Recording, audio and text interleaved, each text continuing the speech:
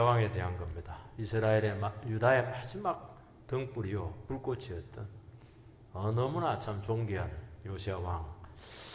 오늘은 참 지난주에는 계획의 절정은 결국에는 사람들의 마음이 바뀌어야 되고 확실하게 말씀이 붙들리는 자리까지 가야 된다. 이것을 구약시대의 인물인데도 불구하고 요시야 왕이 그것을 압니다.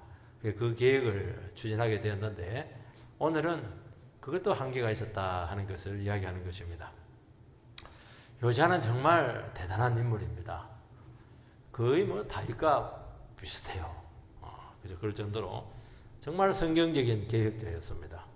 우상도 절폐를 하고 예배도 통합을 하고 성전도 깨끗하게 하고 망한 북이스라엘 베델에 있는 송아지 제단까지 다 파괴를 시키고 500년 만에 정말 율법에 따라서 성경적인 유월절을 지킵니다. 이게 요시야 왕은 하나님을 기쁘게 할 수 있는 일이라 하면 전부 다 물불 안 가리고 눈치 안 보고 다 했습니다. 얼마나 지속적이고 철저하고 전방위적인 계획이었는가 하는 것이죠. 그만큼 유다가 많이 망가졌기 때문에 또 반대적으로 이런 계획자가 나왔다고 할 수가 있습니다. 그런데 오늘 말씀에 보면 그렇게 철저한 계획이 나라의 운명을 근본적으로 바꾸지는 못했습니다. 결국에는 수명을 조금 연장을 시킨 거야. 산소호흡기 꽂아가지고 닌게로 꽂아서 조금 더 연장한 것입니다. 그게 구약의 한계요, 율법의 한계였다 하는 것입니다. 그래서 우리가 예수를 만나고 나서 정말 십자가 은혜를 알고 성령을 안다는 게 이게 얼마나 복된 일인지 몰라요. 우리는 이런 한계가 없어요. 십자가는 한계를 다 깨뜨렸습니다. 예수 십자가 붙들면 어떤 한계도 전부 다 넘어간다는 것입니다. 그래서 우리가 정말 신약에 있는 성도들은 구약에 있는 성도들보다 전부 다 큰 사람이다라는 말이 이런 의미에서 그렇다. 그 사람이 큰 사람이 아니에요. 시대가 그것을 이야기해 준다는 것입니다. 오늘 첫 번째는 철저하게 계획을 했는데도 불구하고 결국에는 한계가 왔다는 것입니다. 24절을 읽어보면은 요시야가 또 유다 왕과 예루살렘에 보이는 신접한 자와 점쟁이와 드라빔과 우상과 모든 가정한 것을 다 제거하였으니 이는 대제사장 hil기야가 여호와의 성전에서 발견한 책에 기록된 율법의 말씀을 이루려 함이라. 대개 계획을 할 때 다 할 수가 없습니다. 왜냐하면 큰 줄기를 해야 돼요. 공적인 거, 아주 중요한 것만 탁탁 건드려야 되는 것이 일반적이죠.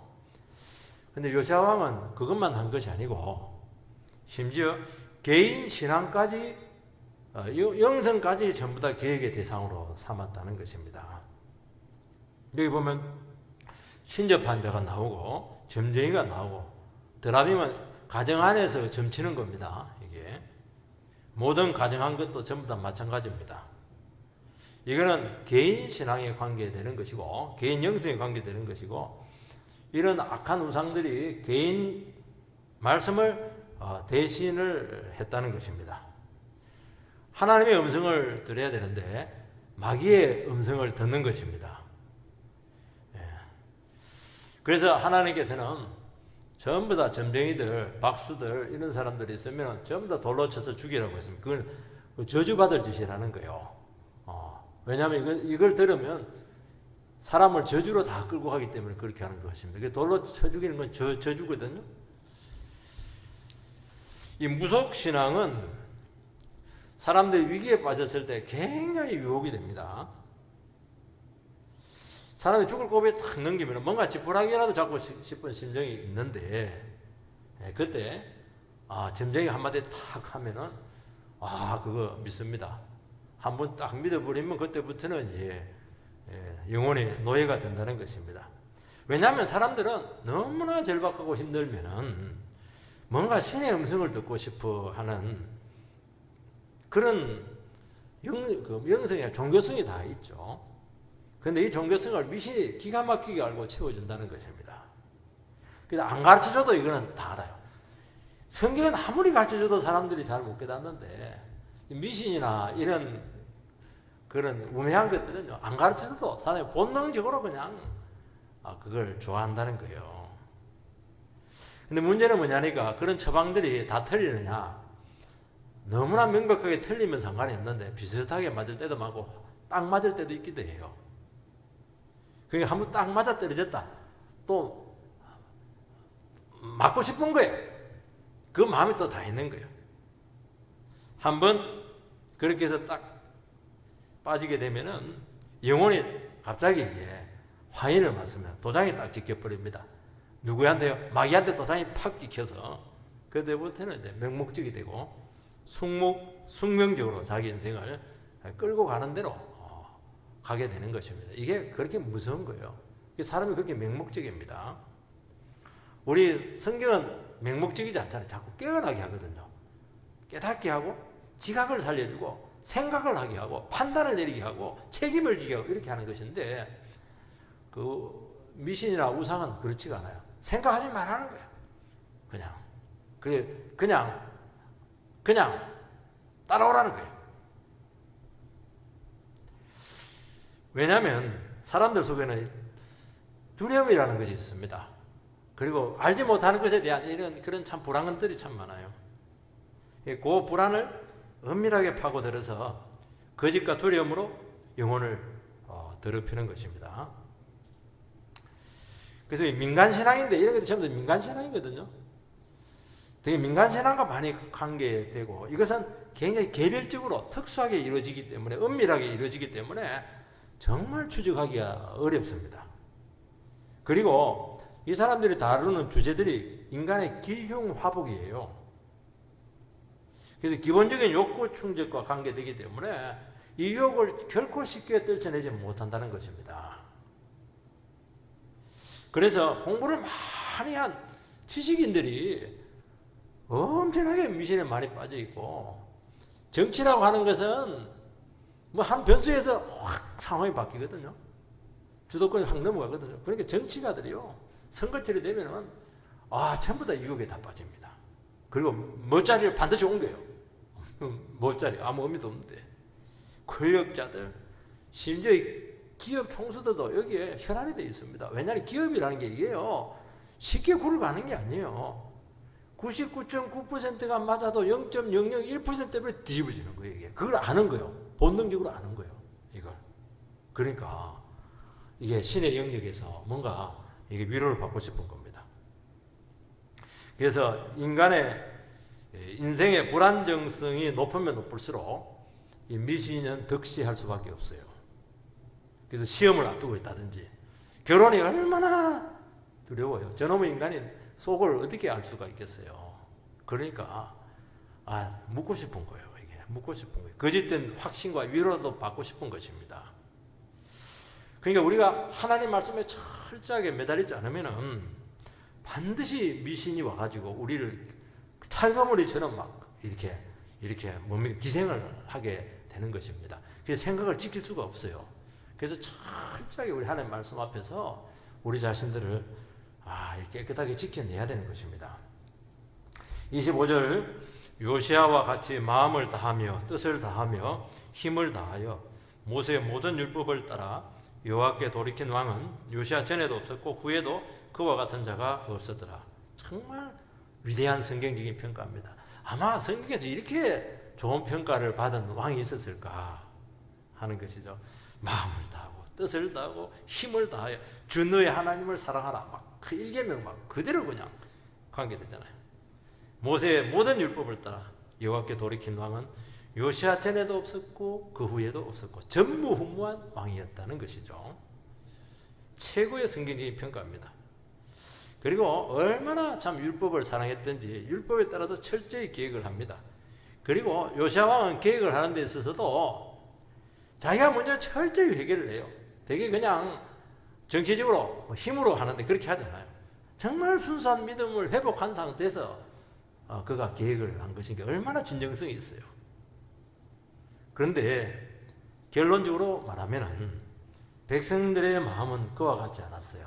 근본적으로 바뀌지 않았다는 것입니다. 아무리 철저한 계획이지만은 그 내용까지 따른다는 것은 쉽지가 않습니다. 내용이 그렇지 않았어요. 참 이걸 보면 요시아도 인간이라는 겁니다. 내용까지 안 가는 거예요. 이게 참 한계라는 게 이게. 아마 요시야 자신이 민간의 마음에 그 깊은 부패성을 모르실 수도 있었고 알았더라도 이것은 사실은 하나님의 영역이에요. 마음까지 어떻게 하겠습니까?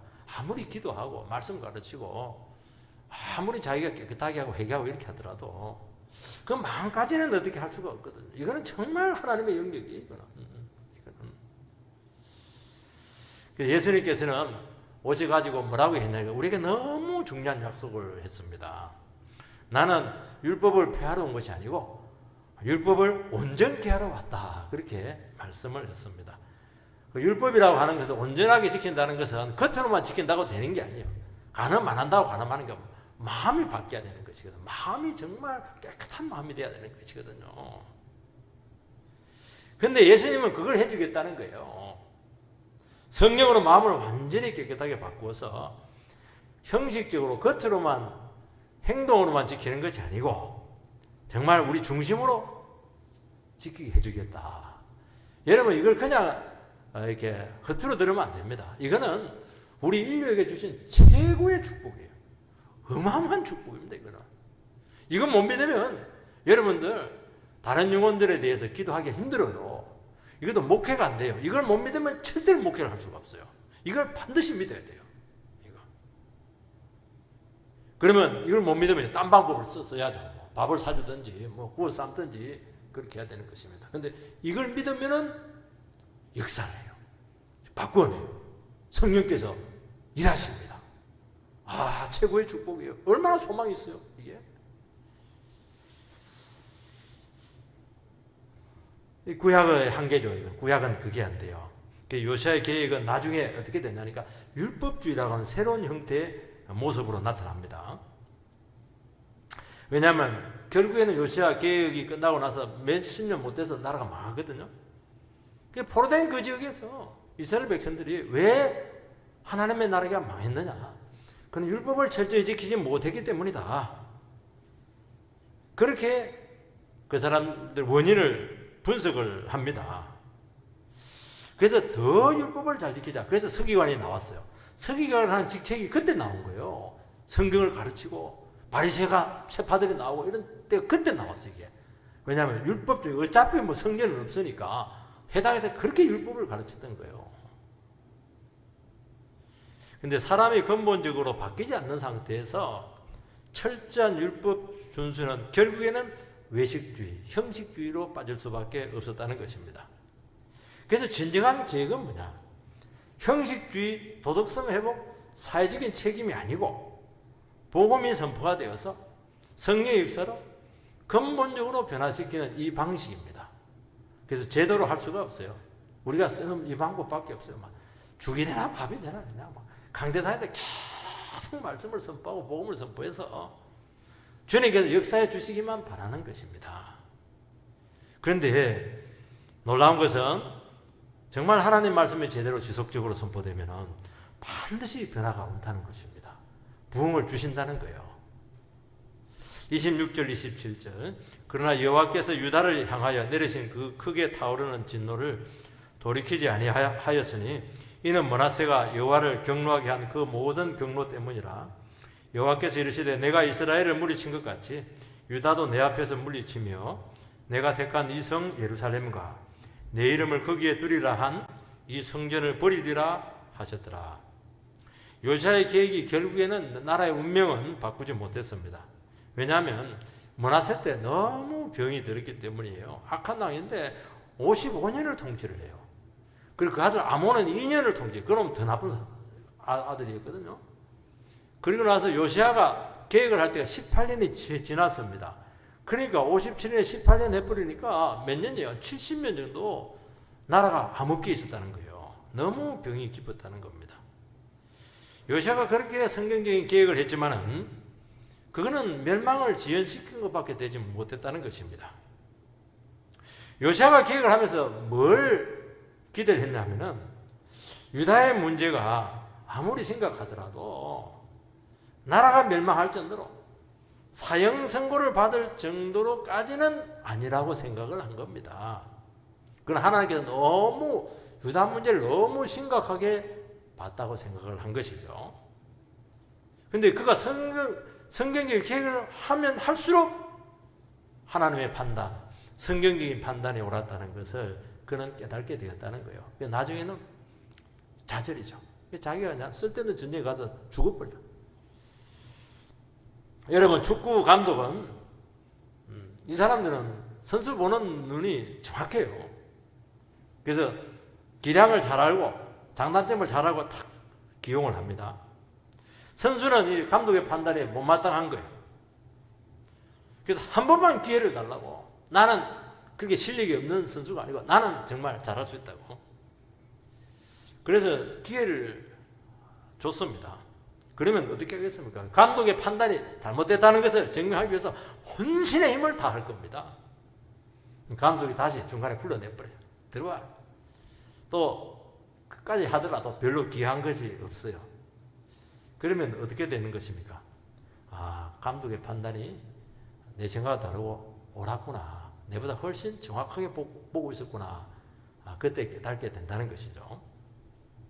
우리는 하나님의 말씀에 대해서 우리 상황과 하나님의 말씀은 너무 맞지 않고 우리 상태를 너무 심각하게 보고 있고 나의 문제를 너무 그렇게 집요하고 너무 그렇게 그냥 책망을 한다고 그렇게 우리는 얼마든지 판단을 할 수가 있습니다. 왜 설교를 저렇게 심각하게 하나? 좀 그만 듣고 싶고 좀 긍정적이고 막 좋은 거 자꾸 듣고 싶고 이런 생각을 다 가지게 된다는 것입니다. 하나님 너무 나를 심하게 대하세요. 하나님 저도 잘할 수가 있는데 한 번 기회를 주시지 왜 나에게 기회를 안 주세요? 하나님 기회 주면 잘하고 감사함도 많이 낼 텐데요. 왜 하나님 나는 적절히 인정을 받고 대접을 받을 만한 그런 위치에 있다고 생각하는데 왜 그렇게 인정을 안 해주십니까? 불만입니다. 말은 안 하지만 그렇게 우리 얼마든지 신앙생활 할 수가 있어요. 그런데 신앙이 자라게 되고 말씀을 듣고 또 성숙하게 되고 그렇게 하다 보면 하나님께서 나를 인정해 주지 않고 나를 대접해 주지 않고 나를 올려주지 않고 그렇게 인도해 오신 것이 얼마나 다행인가 하는 것을 깨닫게 된다는 것입니다. 그 올려놔봐야 거기서 그냥 사고만 쳐질 가능성이 많고 감당도 안 된다는 거예요. 이걸 깨닫는 게 얼마나 중요한지 몰라요. 왜냐하면 하나님 판단은 내 판단보다 훨씬 뛰어나거든요. 인간의 똑똑함이 하나님의 미련함을 능하지 못한다고 분명히 말씀하고 있는 것입니다. 우리는 여기서 많은 혼동을 겪게 되고 많은 착각을 하게 되는 거예요. 하나님께서 나를 인정해 주지 않고 미끄러지게 하기도 하고 섭섭해하게 하기도 하고 이렇게 할 때 마음이 힘들죠. 왜 나는 그 사람 그런 정도밖에 안 됩니까? 다른 사람보다 더 나은 것 같은데요. 큰일 나는 거예요. 하나님의 판단은 정확한 겁니다. 제가 목회하고 제가 신앙생활을 해온 바로는 하나님께서 나를 이끌어 오신 것이 너무너무 정확했다는 거예요. 그때는 막 답답하고 힘들었는데 아니라는 거예요. 하나님이 정확한 거예요. 말씀이 정확한 거예요, 이게. 이런 좌절과 미끄러짐을 통해서 내 자신을 알고 한계를 알게 한 것이 얼마나 감사한지 몰라요. 그걸 몰라서 막 자기가 최고라고 얼마나 솔직했어요. 얼마나 잘난 척했겠어요. 이걸 빨리 알아라는 거예요, 이걸.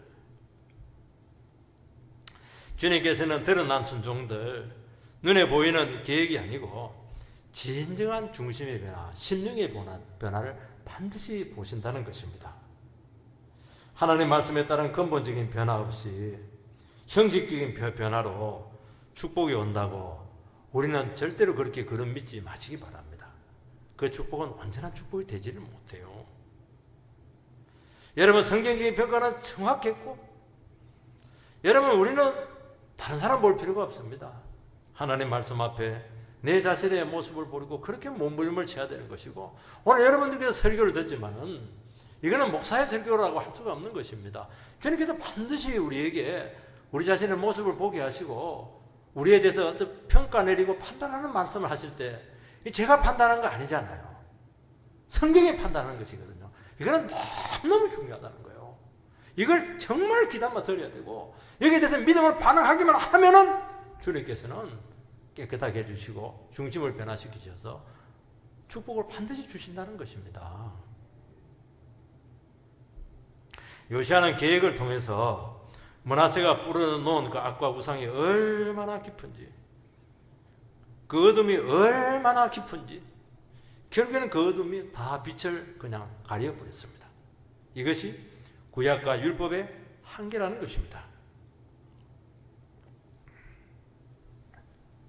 여러분, 거룩하고 부정한 것이 막 다투면 누가 이길까요? 거룩이 집니다. 부정이 이기는 거예요. 악과 선이 막 다투어지면 악이 선을 제압을 합니다. 이게 세상이에요.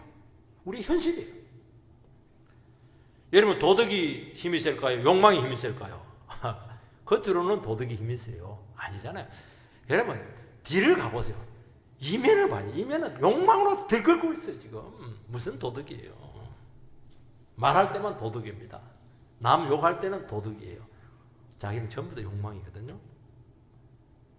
우리가 하나님의 말씀을 듣고 은혜를 받아도 결국 현실에서 보면 부정과 욕망이 끌고 간다는 것을 우리는 빨리 인정을 해야 될 줄 믿습니다.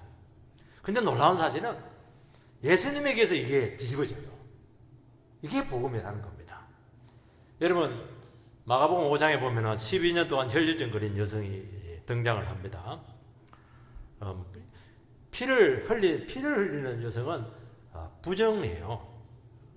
율법에 입각해서 부정한 사람 만지면은 부정이 옮겨가는 거예요. 그래서 절대로 차단을 해야 돼요. 자기가 차단을 해야 돼요.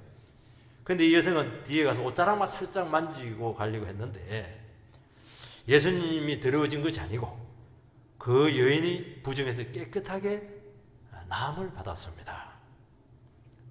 그러니까 예수님에서 뒤집어졌어요. 예수님이 더러워져야 되는데 아니고 그 여성의 부정한 것을 예수님께서 전부 다 가져간 거예요. 그리고 그 여성을 깨끗하게 만든 겁니다. 누가복음에 보면 나인성에 예수님께서 들어갔는데 청년이 그냥 일찍 죽어버렸어요. 과부가 지금 아들 혼자 남았는데 그 아들이 죽은 거예요. 얼마나 슬퍼요. 죽음이 팍 드리워져 있습니다. 장례를 치는데 예수님께서는 시신을 만지면 안 되거든요. 시신 만지면 부정해집니다. 율법에 의해서. 예수님께서 시신을 딱 만집니다. 근데 예수님께서 부정해졌습니까? 부정해지지 않았어요. 예수님께서는 그 청년의 모든 죄와 부정을 다 빨아가시고 예수님에게 있는 그 생명이 그에게 들어가서 죽음에서 일으켜 세웠다는 것입니다. 그때 유명한 말이 있잖아요. 청년아 일어나라. 그 얘기하는 겁니다. 오늘 청년들이 찬양했는데 청년아 일어나라. 청년이 죽어 있으면 안 되지. 청년이 뭐 지금 뭐 취지가 안 된다고 죽어 있으면 안 되지. 청년아 일어나라. 지금 그 얘기하고 있는 거예요. 지금 복음이니까 그 얘기하는 겁니다. 복음이니까. 복음은 악을 이기게 하고 부정에서 벗어나게 하고 욕망을 제어하고 진정한 변화를 가져온다는 것입니다. 우리는 감당할 수 없는 유혹에 대해서 늘 실패합니다. 그러나 하나님의 말씀을 듣고 심령의 변화가 일어나게 되면 부정하고 악한 것들이 약해지기 시작해요. 그래서 결국에는 끊어집니다. 얼마나 감사해요, 여러분들. 욕구가 약화돼요. 이게 악한 습관들이 이게 서서히 이게 힘을 잃어버리는 것입니다. 늘 시험거리였는데 이게 시험거리가 안 돼요. 아무렇지도 않아요. 이게 뭐냐니까 복음의 힘이고 예수님의 힘이다라고 말씀하고 있는 것입니다. 두 번째는 요시아의 안타까운 죽음이 나옵니다. 29절. 요시아 당시에 애굽의 왕 바로느고가 아수르 왕을 치고자 하여 유브라데 하수로 올라가므로 요시아 왕이 나가서 방비하더니 애굽 왕이 요시아를 무기토에서 만나본 후에 죽이니라. 정말 하나님 앞에 충성들은 종이었는데 너무나 안타깝고 갑작스러운 죽음입니다. 왜 지금 저기 유다를 쳐들어온 것도 아닌데 남은 전쟁에 들어가가지고 자기가 그냥 개입하지 않아도 되는데 명분은 있었지만은 괜히 그 개입을 해가지고 그냥 40대에 죽어버렸어요. 하나님께 네 죽으면 유다 끝난다 이랬으면은 안 죽어야지. 한 100살까지 살아야죠. 40대에 죽어버렸으니까 이스라엘의 운명이 거기서 끝나버렸어요. 유다의 운명이 끝나버렸어요. 아수르가 약화된 틈을 타서 바벨론이 아수르를 칩니다. 그래서 아수르의 수도인 니느웨 성을 빼앗아요. 그래서 아수르가 막 변두리 가가지고 지금 막 다시 전열을 가다듬고 지금 바벨론하고 붙으려고 해요. 애국 입장에 봤을 때는 이 지금 등장하고 있는 바벨론이 견제가 돼야 돼요. 왜냐하면 패권 다툼이거든요. 그래서 약해진 아수르를 돕기 위해서 애굽에서 머깃도로 올라갑니다. 머깃도는 굉장한 그 요충지예요. 그런데 그 머깃도에 괜히 유다 요새가 거기서 그냥 막는 거예요. 중간에서 올라가지 못하도록 제지를 하는 것입니다. 요새가 그렇게 한 이유가 있습니다. 정말 아수르라고 하는 존재는 북이스라엘도 멸망을 시켰지만 유다에게 있어서는 막 철천지원수예요. 유다가 다시 강해지는 거는 이거는 안 되는 겁니다. 왜냐하면 너무 고통을 받았거든요. 애굽하고는 유다하고 상대가 안 되는데 근데 그걸 막 애굽이 자꾸 아수르를 막 자꾸 도와주려고 하니까 다시 세우려고 하니까 못마땅한 거예요. 애굽하고 유다하고는 상대가 안 되지 않겠습니까? 그런데도 참전을 했습니다. 왜 참전을 했겠는가? 히스기야 왕 때 아수르를 선사 한 명이 와서 물리쳤잖아요. 기도해서 물리쳤잖아요. 아무리 애굽이지만은 기도하면은 하나님께서 애굽도 물리쳐줄 수 있다. 그 기도했는데 그때하고 이가 사정이 완전히 달라요. 안 도와줍니다. 하나님께서. 그래서 아수르가 약해진 틈에 지금 유다가 지금 계속 개혁 운동을 하고 있었는데 자꾸 애굽이 개입하는 바람에 이게 막 자꾸 지금 뜻대로 안 되고 지금 틀어지고 있는 거예요. 그래서 나름대로 판단을 내려서 전쟁에 개입을 한 것인데 개입을 잘못한 겁니다.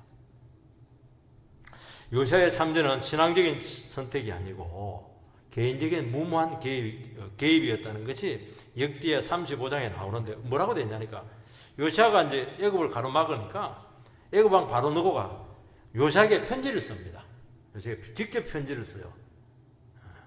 그러니까 나 너하고 싸우고 싶지 않다는 거예요. 난 하나님의 명령을 받아서 진군을 한다는 겁니다. 애굽을 가로막는 것은 하나님의 뜻을 지금 네가 거부하는 것이라는 거예요. 나는 진심으로 너하고 싸우고 싶지 않다는 거예요. 나는 지금 아수르를 도와줘야 되고 지금 바벨론하고 상대를 해야 되는데 너 제발 우리 싸우지 말자. 지금 사정사정을 해요. 근데 이제 요시아 왕은 그 편지를 무시합니다. 하나님께서 어떻게 저 애굽 왕에게 말씀하실 리가 있나? 없다는 거예요. 사병복장을 하고 참전까지 했는데 왜냐하면 이 편지 때문에 두려운 거예요. 했는데 궁사의 활에 전사합니다. 사망 진단서가 기록이 돼 있어요. 사망 진단서 왜 죽었는가 하는 사망 진단서가 나오잖아요. 압니다. 아니면 중풍이다 이렇게 됐는데 여기는 사망 진단서가 뭐냐니까 하나님의 입에서 나온 바로느고 애굽 왕의 말을 듣지 않았다. 이게 사망 진단서야. 말 들었으면 되는 거야. 말 듣고 그냥 철군하면 되는데 끝까지 말을 안 들었어요. 그게 사망 진단서의 내용입니다. 하나님께서는 불신자도 쓸 수가 있어요. 불신자를 통해서 얼마든지 말씀을 주실 수가 있습니다. 하나님께서는요 모세를 통해서도 발람 선지자에게 말씀을 주었어요. 우리 집에 있는 강아지를 통해서도 말씀하실 수가 있다니까요. 요나가 막 하나님 뜻 도주해가지고 뱀이창에 막 그 침실에 들어 누워 있을 때 선장이 그까지 뱀이창까지 내려와요. 위에는 막 태풍 난리인데 위에 수습하기도 했는데 왜 왔는지 몰라요. 그 뱀이창까지 내려오는 거예요.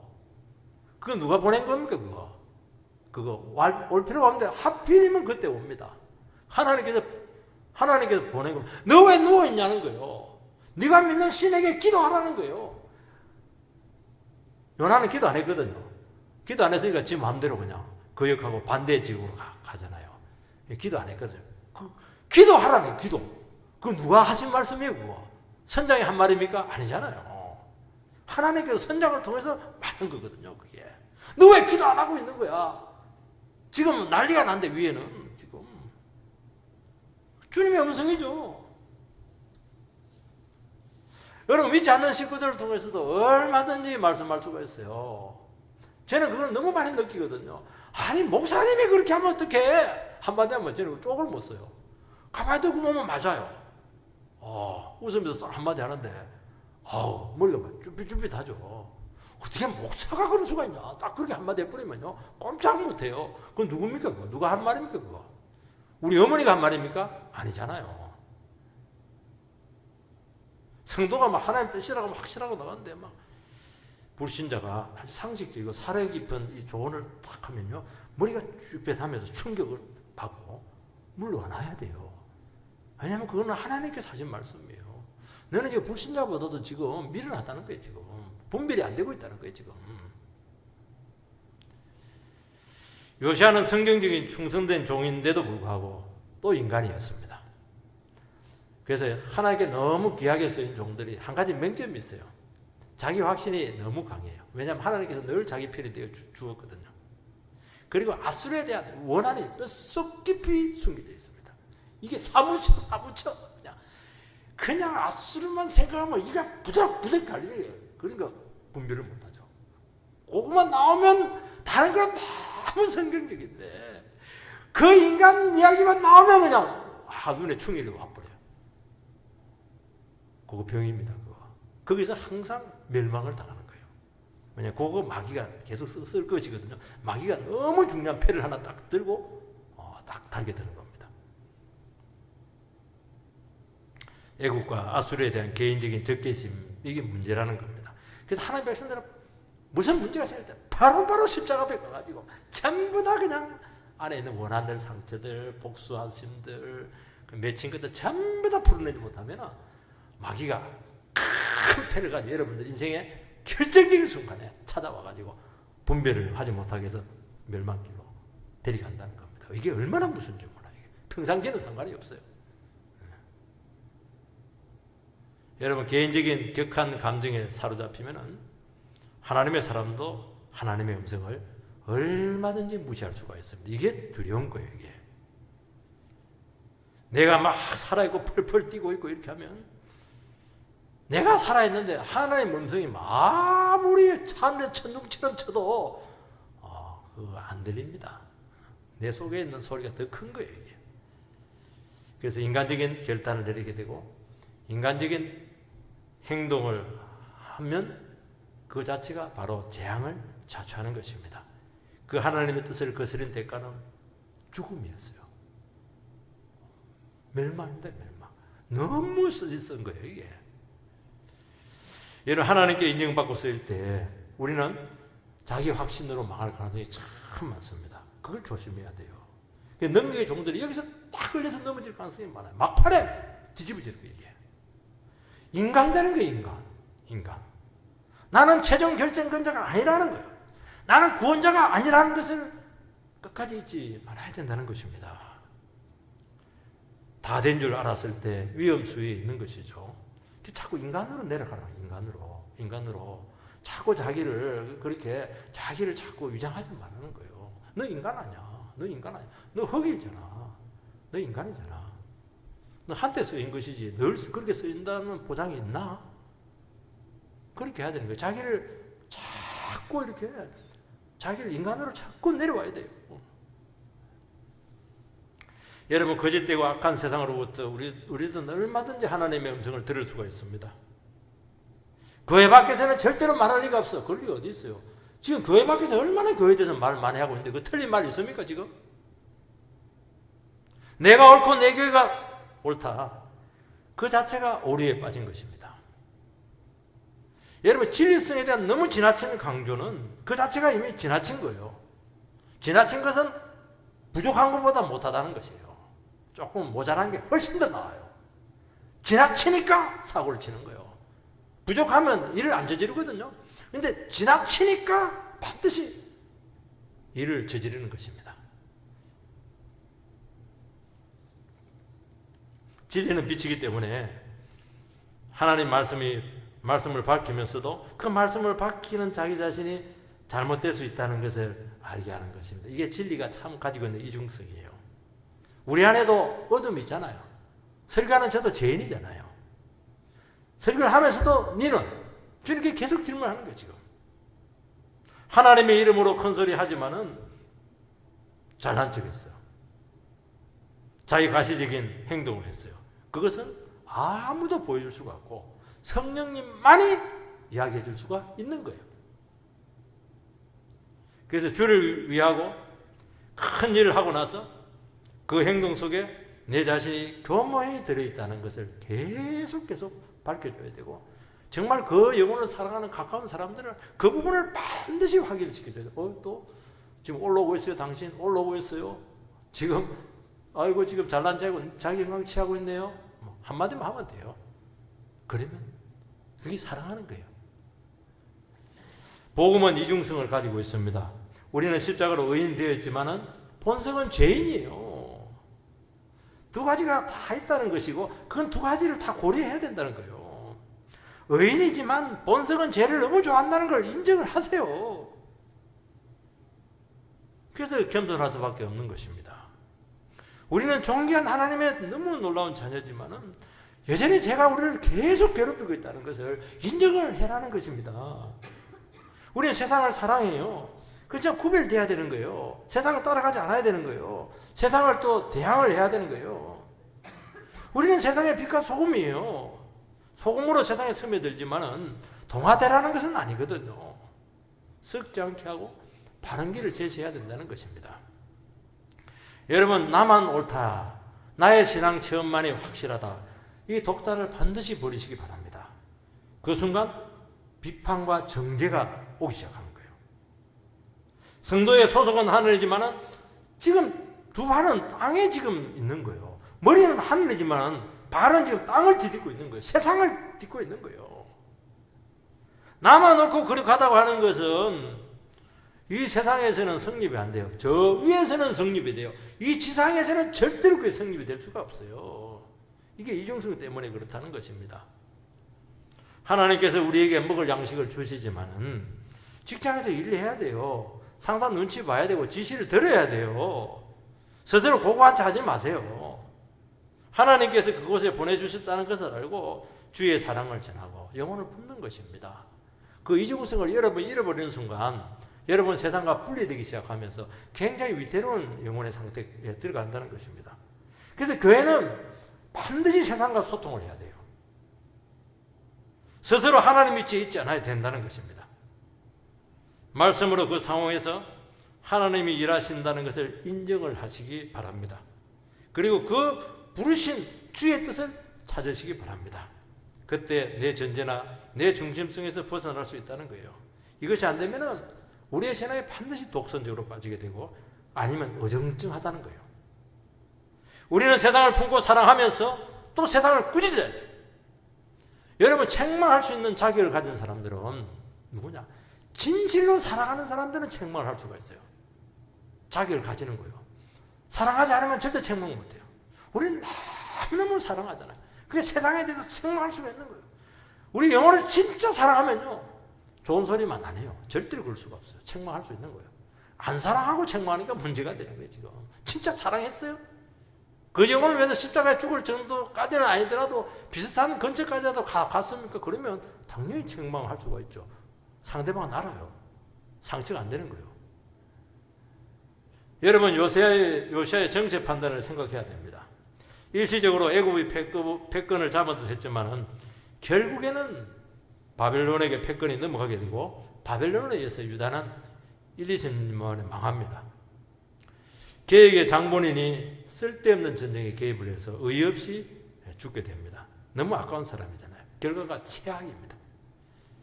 왜 그랬어요? 정말 요시아가 멍텅구리였습니까? 그럴 수도 있어요. 그러나 이것은 요시아만의 책임이 아니라는 거예요. 백성들에게도 책임을 묻겠다는 거예요. 지금 백성들이 계획에서 정말 왕과 같은 마음이 아니고 진정한 변화를 원치 않았다는 거예요. 그리고 변화가 되지 않았다는 것입니다. 왕이 무리하게 전쟁에 개입한 것이 사실은 신앙적인 원인에 있다고도 보고 있는 것입니다.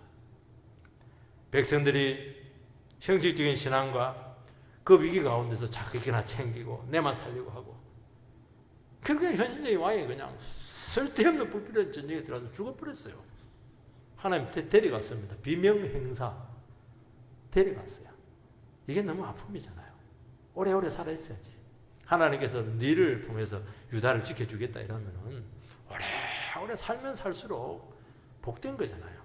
근데 뭐 소중하게 안 여기고 막 그냥 말씀은 해라. 내는 알아서 하겠다. 자기 다 챙겨 이렇게 버리니까 하나님께서 그냥 그 귀한 종, 전에도 없었고 앞으로도 없을 그 위대한 종을 데려가 버렸어요. 그런 위대한 종은 오래 놔둬야지. 오래 놔둬야지.